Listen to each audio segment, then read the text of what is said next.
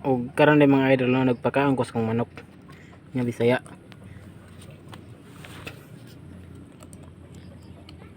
Karon hapit na sa mga magkaon.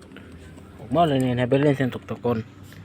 Kung narisang siya, ug murag hinlago mga idol.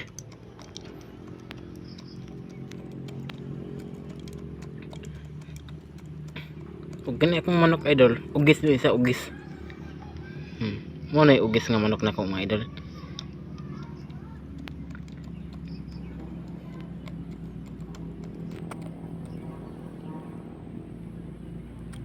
Ug murag natukan siya mga idol.